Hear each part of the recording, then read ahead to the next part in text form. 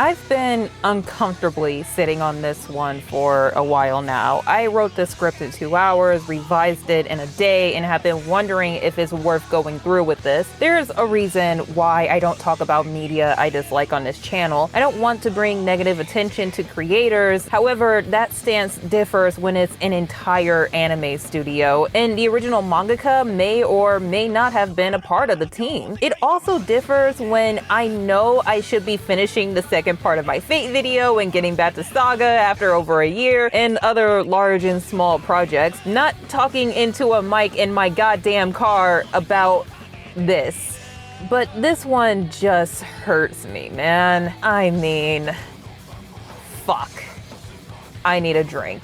I really tried to be optimistic about this show when that painful trailer dropped. I wanted to believe, man. Believe that the writing would at least save this show. If not that, then something else. Instead, I joined the internet in a collective sigh of, look at how they massacred my boy.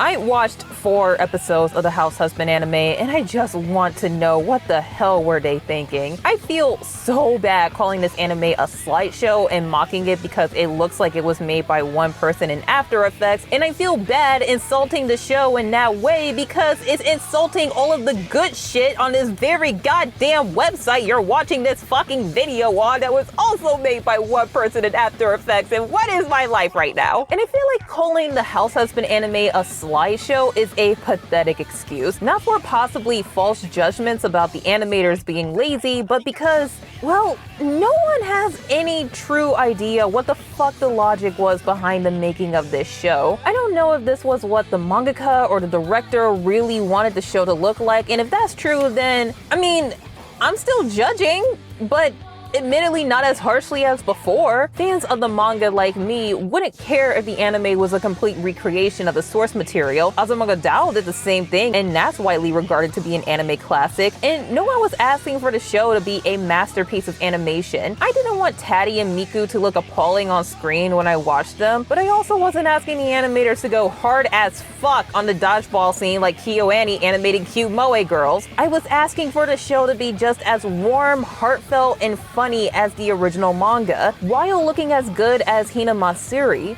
but instead, we got a slideshow. So yeah, this is insulting and it hurts my soul. I was having the worst time editing this script, and now here I am recording it, so I guess I have to power on because we're like a third of the way through this video. As it would turn out, House Husband was advertised as an animated comic in Japan, while in America, Netflix called it an anime. I don't think it really matters what you call this show because this was not the format House Husband was meant to be in. In fact, I can't think of any anime that would benefit from this animated comic style unless it's a mega shitpost like Pop Team Epic. I think the little side stories about the cat are cute and work well in this format, but not my boys Taddy and Masa. Fans like me cannot bear to watch this show because of how much was lost in translation. Because when Taddy slapped the shit out of Masa in the manga for insulting his cooking, you felt that slap. The sharp and heavy lines and inking of the manga's art absorbed you into Taddy's held back anger and Masa's pain, while in the show you get these really awkward still frames of Masa laughing. Then Taddy just so happens to slap him and the rest of the scene drags itself forward in heavy stiffness. Then there were some scenes that are so botched that they genuinely made me upset. Like the scene where Miku gets upset at Taddy in the mall about being cute comes off as rude and mean in the anime,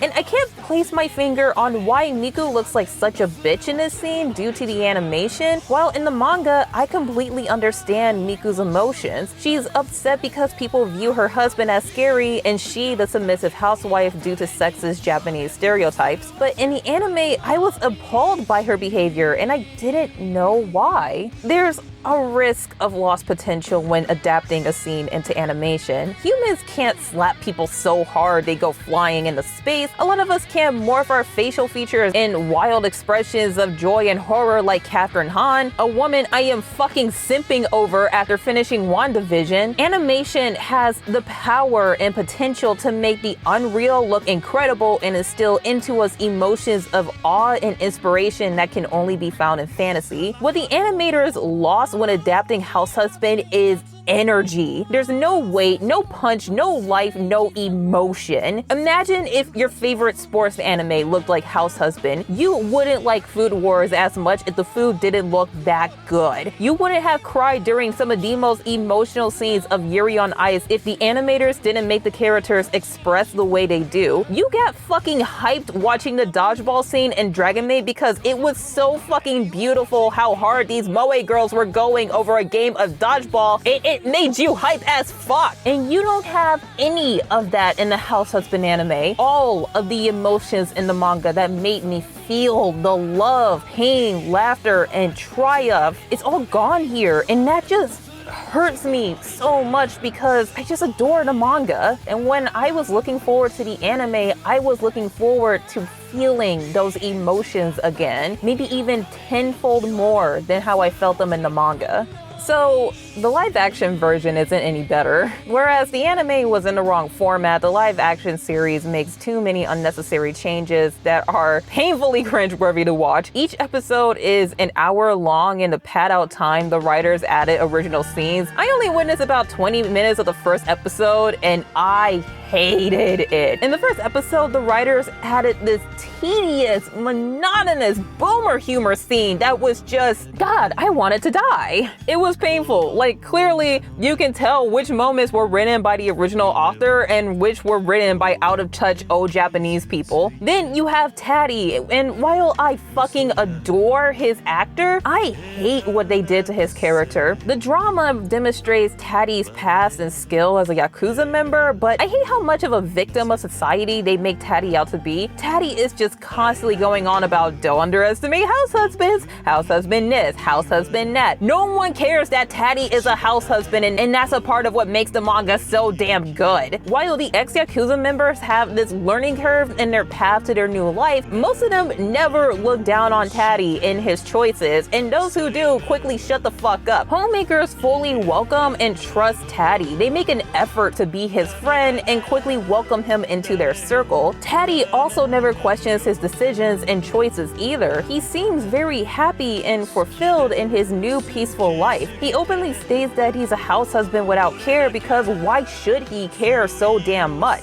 He has better shit to do, like bringing his wife her goddamn lunch, so fuck the police, here's a coupon. But the worst part of the drama is how they added a goddamn kid for no fucking reason, and I'm too annoyed and child-free to waste my breath on this bullshit. Instead, I'm going to share with you my breaking point of the manga. In both shows, there was a moment I gave up. It wasn't the fucking kid or the boomer humor or the complete loss of Taddy's character and the light in Miku's eyes. It was the Roomba scene. This is one of my favorite chapters in the manga because of how the joke builds and just keeps going. From Taddy talking to the Roomba like a Yakuza underling to him feverishly cleaning the corners like an OCD maniac, leading up to the cat getting hurt by the thing causing a giant mess that looks like a violent break-in. And you get none of that in both shows. What you get in the live action is a shitty fucking CGI cat to go on top of the shitty fucking editing. What you get in the anime is a lifeless scene of destruction. You don't get Taddy furiously cleaning the corners. You don't get the hilarious climax of him being found on the ground covered in red wine. You get the motions of the chapter, but you lose everything that made it so incredible. You have the setup and the punchline, but the energy has been scrapped, and it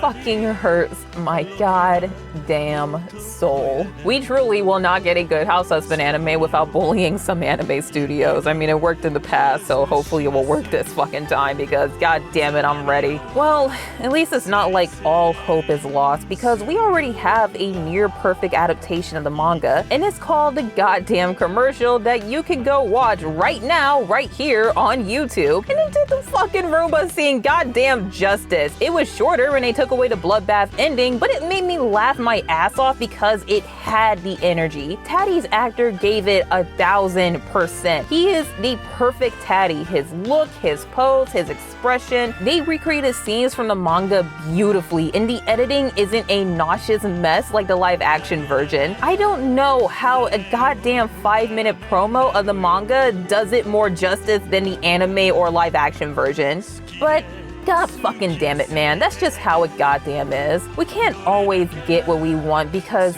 shit ain't fair. But with House Husband, it just fucking hurts me more, you know? Because I love this manga and it hurts to see how lifeless the anime is. It hurts to see they added a stupid fucking kid for no fucking reason. It hurts to see all of the love from the original manga be drained by the anime. I can't remember the last time I was this disappointed in a project because sure, every year I get that one thing I'm majorly cucked by, but this one, shit.